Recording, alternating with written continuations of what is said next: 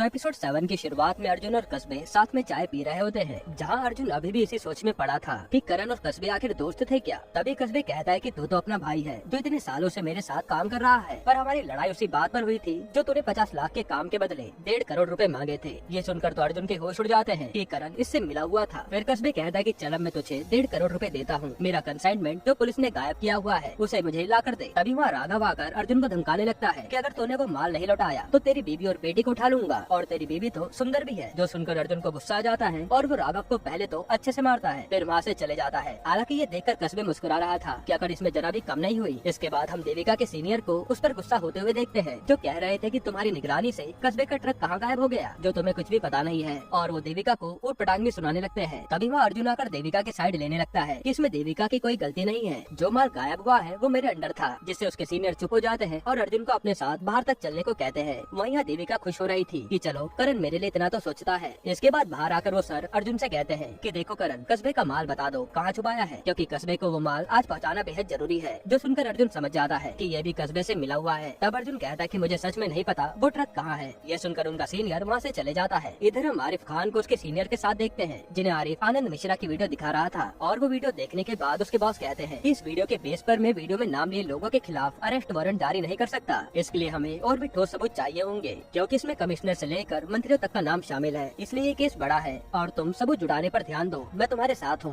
जिस पर आरिफ कहता है कि मैं पूरी जी जान लगा दूंगा आपके सामने सारे सबूत लाने में। यहाँ अर्जुन केकी को करण के बारे में बता रहा था कि वो तो कस्बे से मिला हुआ था और कस्बे अब उसे 1.5 करोड़ रुपए देने को भी तैयार है, बस उसे उसका माल वापस चाहिए। जिस पर केकी कहते हैं कि ये तो अच्छा मौका है, इतना सारा पैसा लेकर हम यहाँ से भाग जाएंगे और हमें कोई परेशान भी नहीं कर पाएगा। लेकिन अर्जुन ऐसा करना नहीं चाहता था, वो तो अपने भाई करण की मौत के बारे में ही सोचने में लगा था। तब केकी कहते कि मुझे लगता है कि तुझे देविका ज्यादा ही पसंद आ गई है, तो मैं तुझे आखिरी मौका देती हूँ, या तो तू पैसे लेकर मुझसे मिलियो या हमारे बीच में सब खत्म हो जाएगा। ये कहकर वो फोन काट देती है। इसके बाद अर्जुन को अपना बचपन याद आता है, जहाँ करण कह रहा था कि मुझे जिसने अडॉप्ट किया है वो पुलिस वाला है और अब मैं भी उसी की तरह पुलिस वाला बनूंगा, जिससे तुझे कोई परेशान नहीं करेगा। तभी अर्जुन करण को उससे दूर जाने के लिए सुनाने लगता है और कहता है कि जा अपनी सीक्रेट डायरी में ये सब बातें लिख, मुझे ये सब न बताया कर। जिस पर अर्जुन को याद आता है कि हाँ, करण तो अपनी बातें डायरी में लिखता था, तो जरूर उसके कमरे में डायरी होगी। इसके बाद अर्जुन करण के रूम की तलाशी लेता है और फिर वो उसके सूटकेस का लॉक तोड़ देता है, जिसमें कुछ पैसे रखे थे और उसी में एक डायरी भी थी। तब अर्जुन डायरी पढ़ता है तो उसमें कस्बे का हिसाब किताब था कि उसने अब तक कितने पैसे खाए हैं, यहाँ तक कि उसमें हर उस इंसान का नाम लिखा था जो इस पूरे धंधे में शामिल है। ये देखकर अर्जुन के तो होश उड़ जाते हैं। इधर हम राघव को देखते हैं, जो नशे में अर्जुन को गालियाँ दिए जा रहा था कि पहले मैं उसे मारूंगा और फिर उसकी बीवी के साथ दुष्कर्म करूंगा। तभी राघव बाला को देखकर भी सुनाने लगता है कि तू मेरा गुलाम है, आंखें नीचे करके रखा कर। और जब बाला उसे घूरने लगता है तो राघव उसे ही मारने वाला होता है। ये देखकर बाला राघव को एक गोली मार देता है और राघव की जान चली जाती है। तब बाला का साथी कहता है कि ये आपने क्या कर दिया, अगर कस्बे को पता चला तो वो हम दोनों को ही मार डालेगा। जिस पर बाला अपना दिमाग चलाता है और कस्बे को फोन करके रोने लगता है ये राघव भैया का करण ने इनकाउंटर कर दिया। जो सुनकर कस्बे के होश उड़ जाते हैं और वो रोने लगता है। इधर हम अर्जुन को देखते हैं, जो सच्चाई जानने के बाद टेंशन में था और यहाँ केकी उसका इंतजार कर रही थी, पर अर्जुन यहाँ आता ही नहीं। फिर जैसे ही अर्जुन नहाकर बाहर आता है तो देविका उसे आज के लिए थैंक यू बोलती है कि तुमने मेरी साइड ली,